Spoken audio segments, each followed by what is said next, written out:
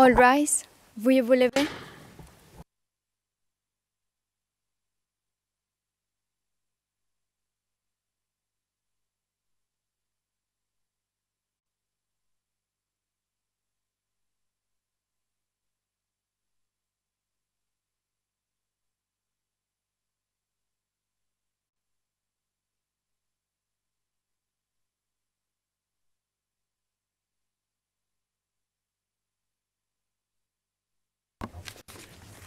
Thank you very much. The court officer, please introduce the proceedings. Cette session spéciale de la Cour pénale internationale marque l'ouverture officielle de l'année judiciaire. The special session marking the formal opening of the judicial year is now open. Thank you. Chers collègues et amis, dear colleagues and friends,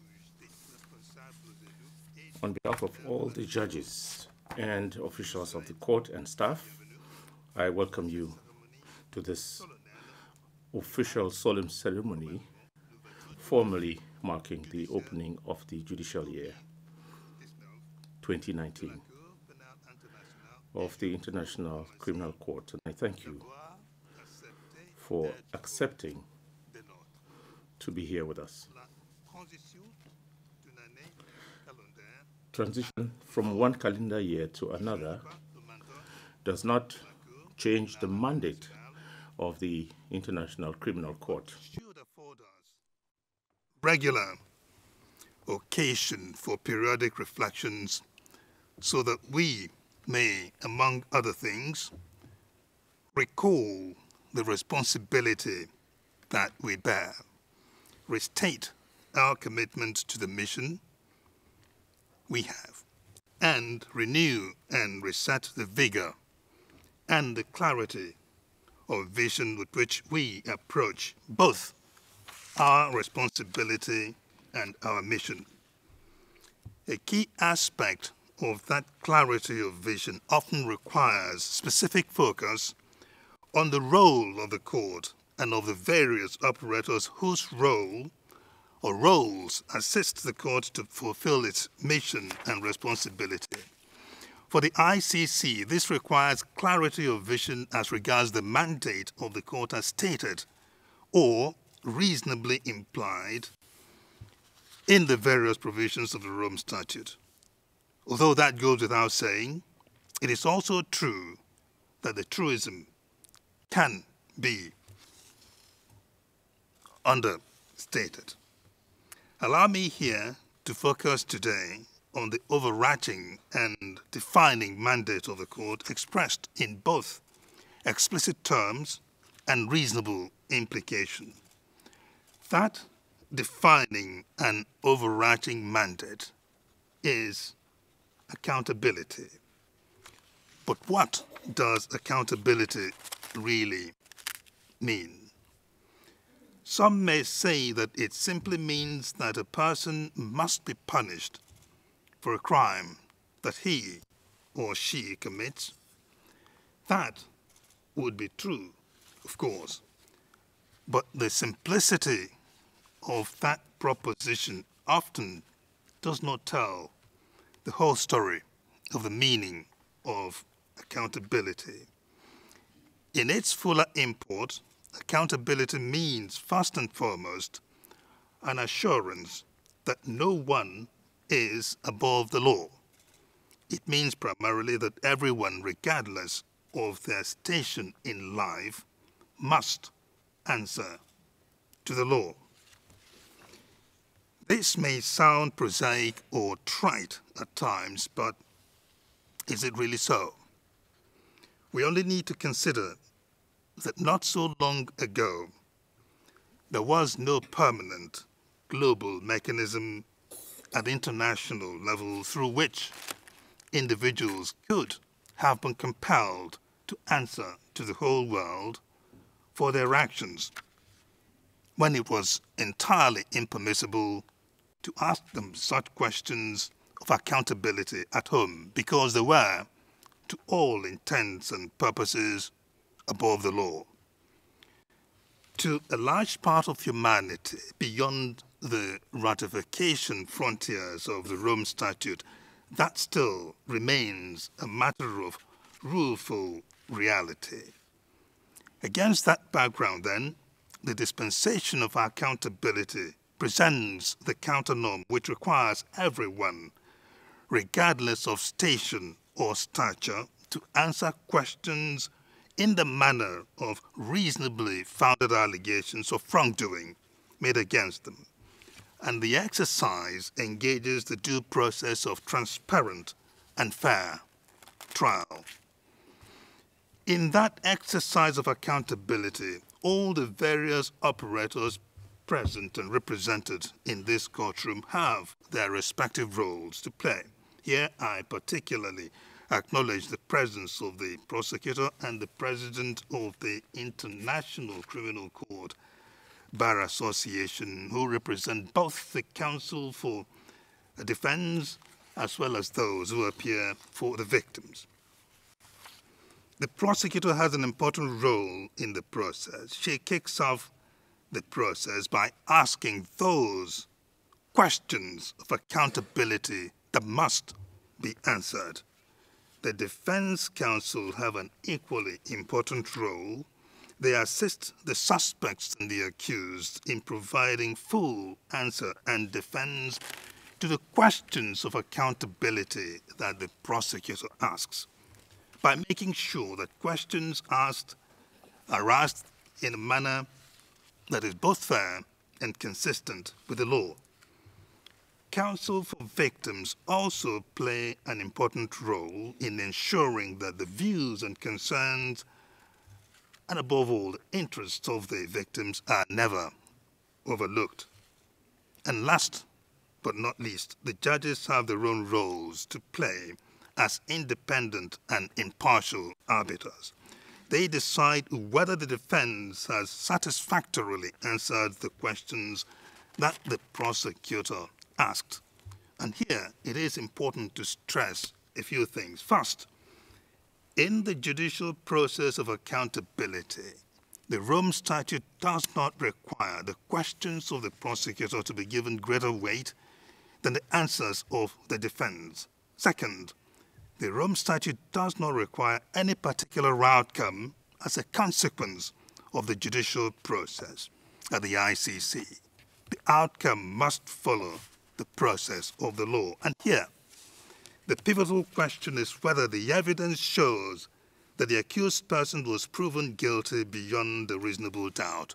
Now, proof beyond reasonable doubt does not ask whether the concurrence of news reports leads us to conclude that an accused person is guilty. It means, more exactingly, that a reasonable person who has actually fully and fairly reviewed the evidence on a first-hand basis would walk away with a settled feeling in their hearts that the accused, a fellow human being, had committed the crimes as charged. Third, the Rome Statute does not express the mandates of the prosecutor, the defense counsel, or the judges in the manner of a promise, let alone a guarantee of a conviction or an acquittal at the end of the day. It is enough that the prosecution was done with unstinted vigor, tempered by due sense of fairness and responsibility, that the defense was mounted with resoluteness, that counsel for victims was given ample opportunity to present the views and concerns of the victims, and that the judging was done impartially according to the judicial conscience of each judge, directed by their individual appreciation of evidence and the law. In the end, the prosecutor, the defense counsel, the victim's counsel, and the judges would have discharged the responsibilities that the Rome Statute imposed upon them, regardless of the verdict. Ladies and gentlemen, it is incorrect to consider that the prosecutor has failed or succeeded, depending on the outcome. Indeed, beyond the normative appreciation of the meaning of accountability as described above, it is especially incorrect as a practical matter to take the view that an accused person has escaped with impunity if he or she was acquitted at the end of the judicial process of accountability that I have described above. Indeed, such a view may overlook much too much. We may begin by accepting that the average trial of an international crime does not last a very short time. This is so not only before international criminal courts, but also before such domestic courts as have made the effort. In the meantime, the accused must endure not only the opprobrium of the indictment of such crimes, but also a general restriction of liberty in every case, even when the accused was not in detention during the process. And quite naturally, the restriction of liberty is particularly onerous if the accused was in detention for the duration of the trial. Notably, these encumbrances must be endured by the accused persons even if he or she is defended on legal aid. But imagine the weight of the burden if he or she must bear the legal costs of his or her own defense throughout the entire process. When all these are fully considered, it becomes doubtful that the reality truly warrants the view that the accused person had simply walked away with impunity if he or she was not convicted at the end of a trial process or appeal. Ladies and gentlemen, as we reflect on the mandates prescribed in the Rome Statute, we always take care at the ICC to underscore the mandate of the Trust Fund for Victims. That mandate underscores, in turn, the importance that the founders of the Rome Statute placed on reparative justice for victims of violations, even when the rigors of punitive justice make it difficult to convict anyone for the harm that the victims evidently suffered. In the same vein, I must underscore the critical part that the registrar and the staff play in the work of the court. They keep the wheels of this institution running, often behind the scenes, unseen and unheard. Their roles are too varied and too numerous to list here. It is enough to acknowledge the crucial importance of their roles, one and all. With these important roles in mind, I have invited the registrar, the prosecutor, and the president of the ICC Bar Association to address us today. Naturally, the prosecutor often goes in the order of hierarchy, but today we will invite the registrar to make his remarks because he will provide us with some information about where we stand and what we're doing. After his speech, we will have a musical interlude performed by the group Taika. May I now invite the registrar to take the floor.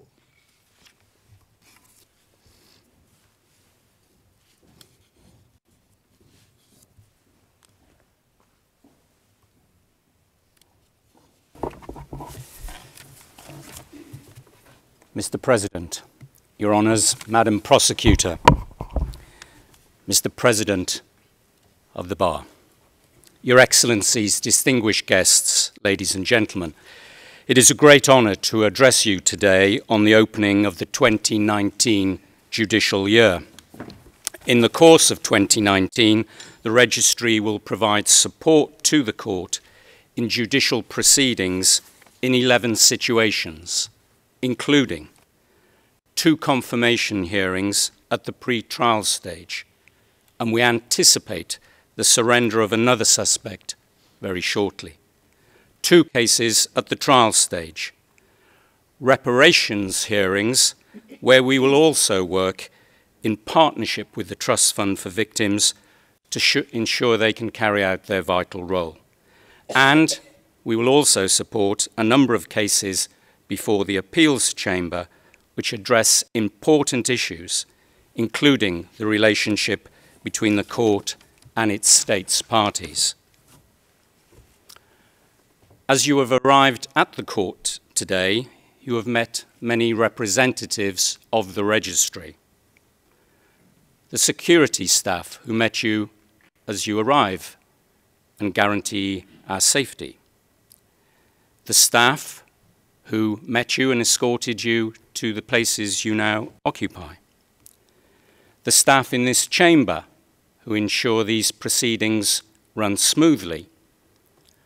And there are representatives here from the independent offices of the registry who provide representation for victims and support the defence. If you raise your eyes to my left and right, you will see the interpreters of the registry's language services section who make sure we can understand each other today, but more importantly, provide expertise in more than 20 languages so that this international court can function properly. But the staff you see are only part of the story, as the President has said. If you could see through this screen on your left, on my left, you would see the court reporters who are working now to ensure there is a complete record, an instantaneous record of proceedings. If you could see beyond the screen to my right, you would see the staff of the audio-visual unit. And for those of you who during this week followed the proceedings in court, whether here or across the world, it is because of their skills and expertise. If your imagination will allow you to wander beyond these immediate walls of this chamber, you would see other members of the registry. Those who ensure that we have the best staff, we recruit the best staff, those who ensure we procure the right services, those who, as we speak now, are tracking suspects that are wanted on warrants here. Those who ensure victims come to court and that they are protected wherever they are in the world.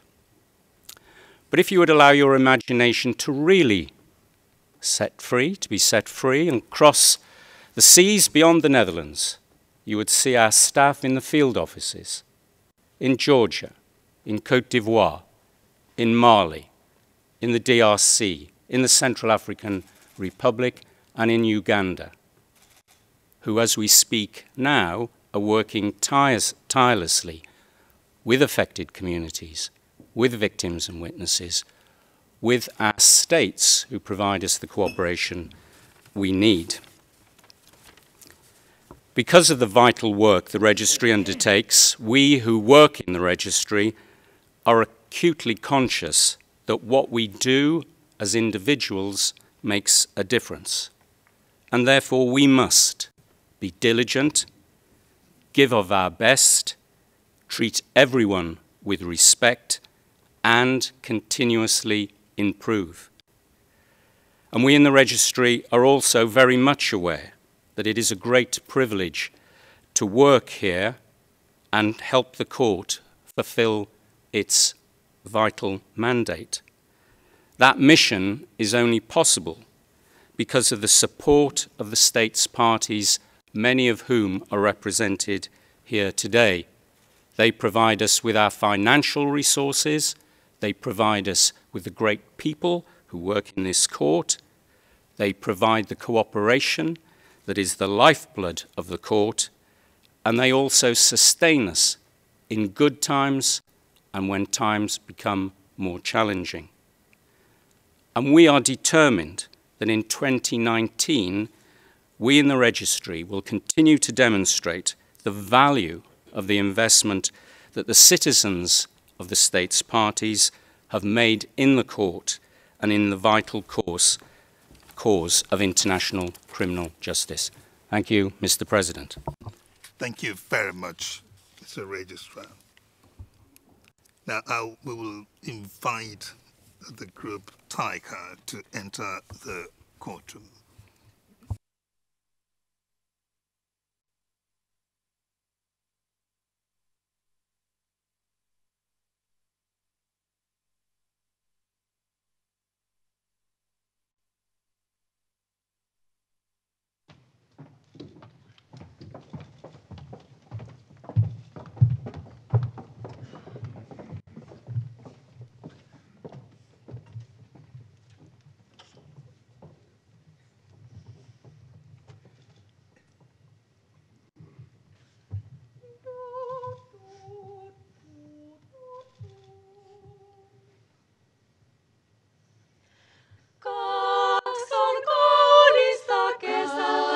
Kaunista kesää. Lehti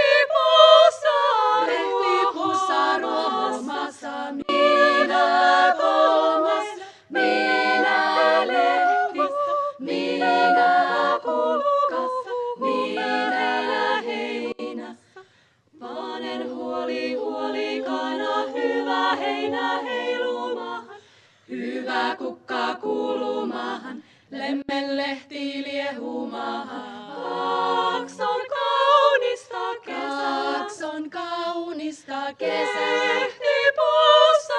Lehti pussa ruohomassa. Minä kolmas, minä lehti, minä kukka, minä heinä. Panen huolikana, hyvä heinä heilumahan, hyvä kukka kuulumahan, lemmenlehti liehumahan. Ei pahat hyvästä tee, ei katalat kauniista, rupalötöt ruskeasta. Pullosuut punaverestä. En mä huoli, huitukoilen, noille poikaruitukoilen, illikoilen, noille naapurinaisen. Kun ei tule tuonne luo, ehdi, yli kirkkovainon kiikatteli kahdeksan. Kun ei nainen narran herrat viene viipurin isänä, Turun piiparit perinne saavun saksat korjaa. La la la la la la la la la la la la la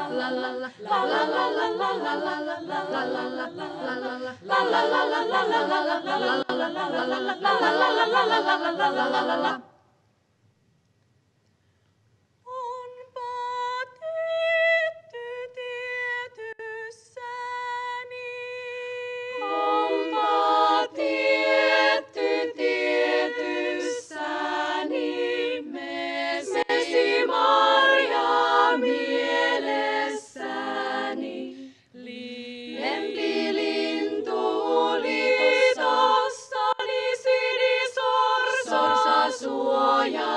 Suojassani, jok on mieltynyt minuun, minä mieltynä hänehen.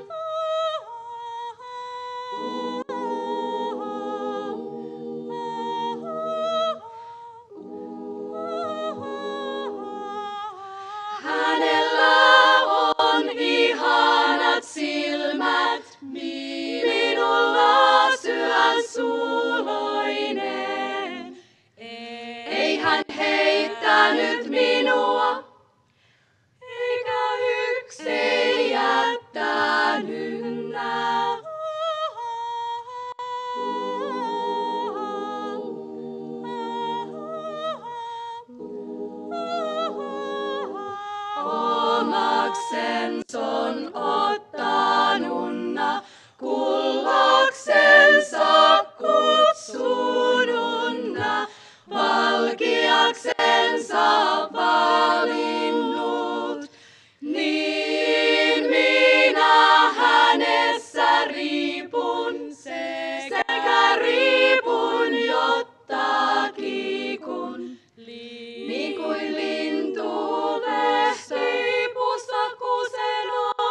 oksalla orava.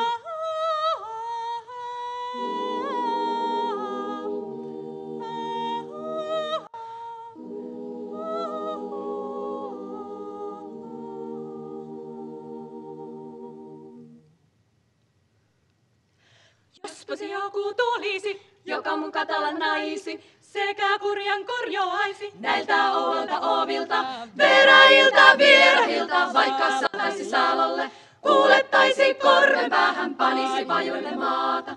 Lehille lepäjämaahan, lehille lepäjämaahan, lehille lepäjämaahan. Lehille lepäjämaahan, lehille lepäjämaahan, lehille lepäjämaahan. Ei paha pajuilla maata, eikä läyli lehtisillä. Läyli on toisen lämpimässä, varu toisen vaipan alla. Tukela tuvassa toisen, huoliin toisen huoneessa. Tukela tuvassa toisen, huoliin toisen huoneessa.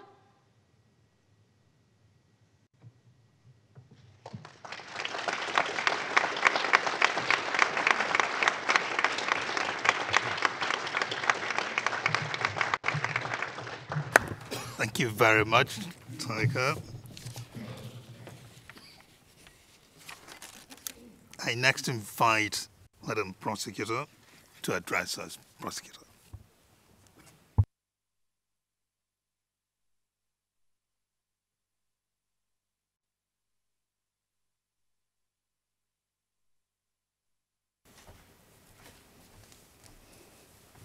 Mr. President, honorable judges, Mr. Registrar, Your Excellency, President of the Bar, learned colleagues and confreres, ladies and gentlemen. It is a distinct honor to address you today at the official opening of the 2019 judicial year on behalf of my office. I, along with my team, stand before you as a dedicated party to the proceedings before this court, and indeed a partner in our respective role in pursuit of international criminal justice under the seminal treaty that founded this critical judicial institution. We welcome today's opportunity to be in your midst, as we must continue to pursue this shared commitment through fair and efficient criminal proceedings that embrace the participation of all parties and participants within the legal framework of the Rome Statute. Having just celebrated the 20th anniversary of the adoption of the Rome Statute last year, and as we work towards the 20th anniversary of the court itself, I observe with firm conviction that the creation of the International Criminal Court and its work have sent an important normative but also structural and systems-based message globally. That first, the commission of mass atrocities as merely politics by other means must no longer receive a pass, and that the perpetrators, irrespective of rank or official status, must answer for their crimes, as challenging as the task may be. That an international criminal justice system is crucial to a rule-based global order, and that its institutional manifestation in the form of the ICC is now a reality and an important component of the global system. Today, the court benefits from the membership of 123 states parties and has possibly greater reach due to the court's jurisdictional competence. In line with the solemn undertaking I took when I assumed office, along with my team, we have advanced our mandate under the statute honorably, faithfully, impartially, and conscientiously, with the plight of the victims foremost and always on our minds. That commitment, rooted in conviction, has resulted in much activity, from policy formulation on traditionally underreported crimes and case selection and prioritization to advancing with tangible results and without overreach on the various situations across the globe over which we have jurisdiction. much work remains to be done. We are committed to the task, and our mandate under the statute will continue to honor, and will honor it with conviction and courage, undeterred. Our conscience is clear. So is our resolve to advance our mandate and to forge ahead, notwithstanding the various obstacles that often stand in our way. As we undertake this crucial work, we also continuously look to build on experiences, identifying and honing best practices and strategies to improve efficiency and ensure optimal impact over matters that we exercise control. We believe this is a part of our professional duty, and we encourage such approach. We are also alive to and very much conscious of the challenges present, from complex operating environments to deficits in cooperation and changing political climates, coupled with a dwindling resource capacity against ever-increasing demands. These challenges remind us that the pursuit of international criminal justice cannot fully succeed and produce consistent results without support and cooperation. That indeed, there can be a direct correlation between efficient and effective cooperation and efficient and effective judicial proceedings. The efforts of all actors within the system are required to ensure success. I benefit from this opportunity to thank the states parties, the United Nations, civil society, and indeed all who stand by the court and the values of the Rome Statute and who demonstrate that support through tangible cooperation and assistance. Honorable judges, your excellencies, esteemed colleagues, as the court matures into a crucial component of a rule-based global order and the international rule of law, the institution continues to evolve, filled with activity, ideas, and contributions of many, including dedicated and skilled individuals gathered here today in this courtroom and across the court, who in a way or another contribute to the court's proceedings and ultimately to the development of legal norms which will define the institution for future generations. Success should never lull us into complacency. Neither should failures or setbacks diminish our resolve to stand up and resolutely continue on the path we started in Rome over 20 years ago. All of us, officers of this court, whether as judges, prosecutors, defense counsel, legal representatives of victims, or duty counsel, we all play a crucial role as indispensable parts of the Rome Statute system, and we shoulder great responsibilities. The stakes and expectations are high. There is no room for error. We must apply the letter and the spirit of the law conscientiously. Our greatest strength is our common resolve and commitment in the service of justice, to the international rule of law and accountability for the world's most serious crimes, with full respect for the due process of law. The court must stand tall as a beacon of hope and as a critical pillar of effective justice in response to atrocity crimes. I, along with my team, remain committed more than ever to play our part in this regard and to seek justice we all yearn for with utmost dedication and integrity. As we inaugurate this year's judicial calendar, we join our colleagues from the other organs and independent counsel in the spirit of collegiality as we fulfill our mandate under the Rome Statute, each within our respective roles. I thank you. Thank you very much, Madam Prosecutor. Now, I will invite the President of the International Criminal Court Bar Association, Chief Charles Taku, to address us.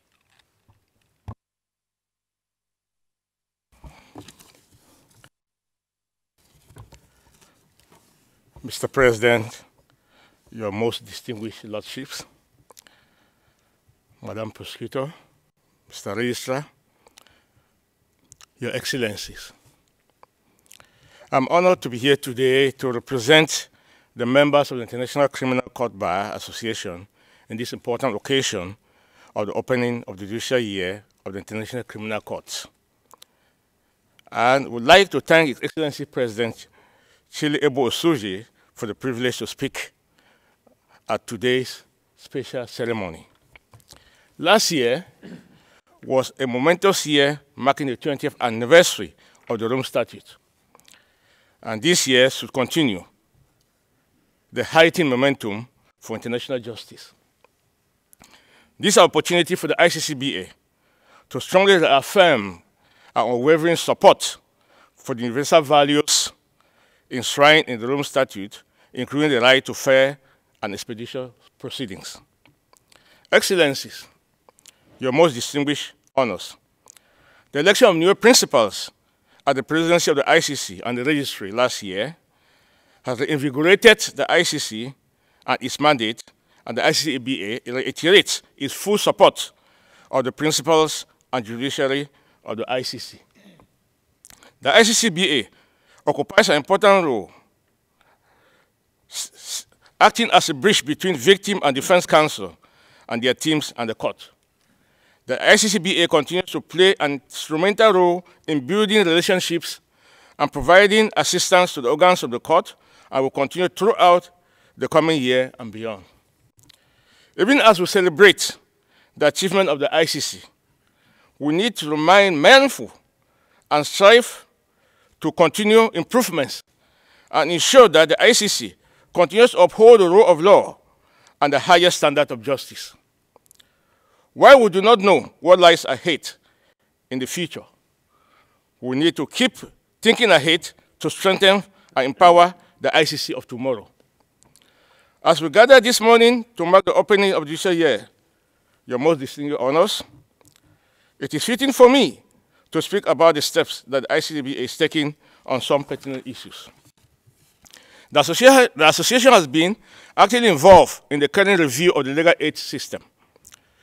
A core component of a strong, effective, and just ICC is a properly resourced and administered legal aid system to ensure the highest level of competency in legal representation at the court.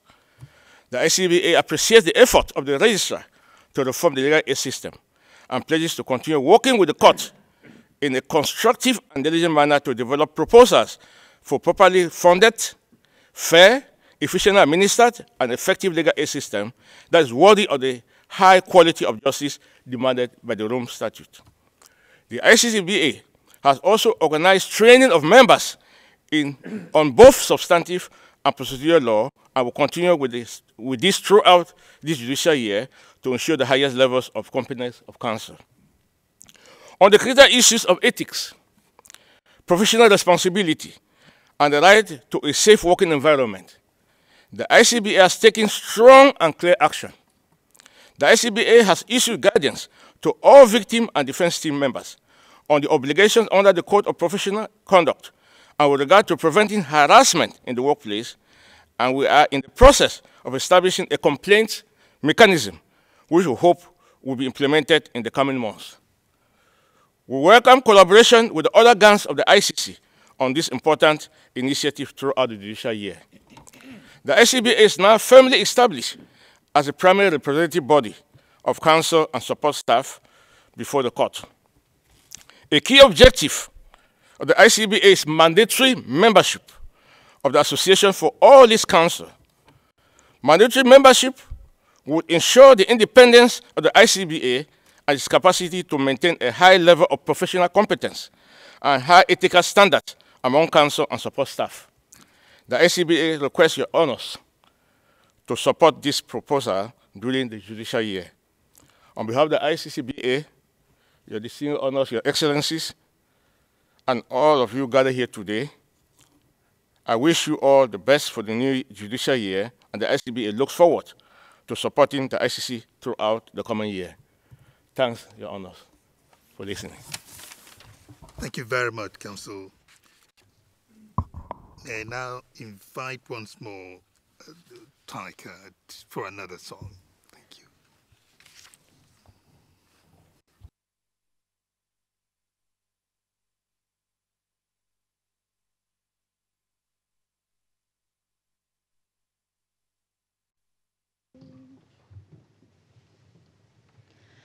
Taivas on sininen ja valkoinen ja tähtöisiä tähtöisiä. Taivas on sininen ja valkoinen ja tähtöisiä tähtöisiä.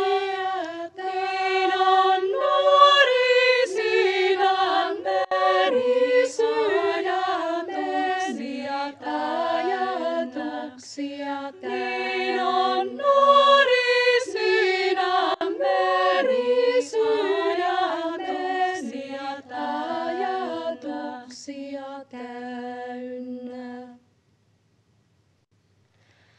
Taivas on sininen ja valkoinen ja tähtöisiä täynnä. Taivas on sininen ja valkoinen ja tähtöisiä täynnä. Niin on nuori sydämeni ajatuksia täynnä. Niin on nuori sydämeni ajatuksia täynnä. Enkä mä muille ilmoita mun sydän surujani. Enkä mä muille ilmoita mun sydän surujani. Synkkä metsä, kirkas taivas, ne tuntevat huoliani.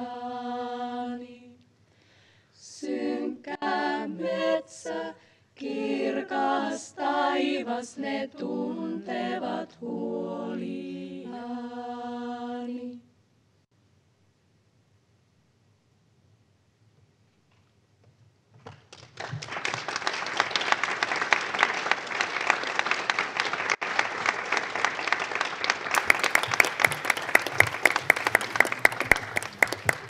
Thank you very much. Taika is a Finnish women's choir. Taika is Finnish for magical spell. Although they're originally from Finland, they're actually based here in The Hague, and their team leader is Miss Kala Maria Toivonen. I'm sure we could use some of that magic for our work in this year. And on that note, ladies and gentlemen, I now declare the ICC Judicial Year 2019 formally open. On behalf of my colleagues, I thank you, all of you, once more for honoring us with your presence. It really does matter to us. The court is adjourned. All rise. Veuillez vous lever.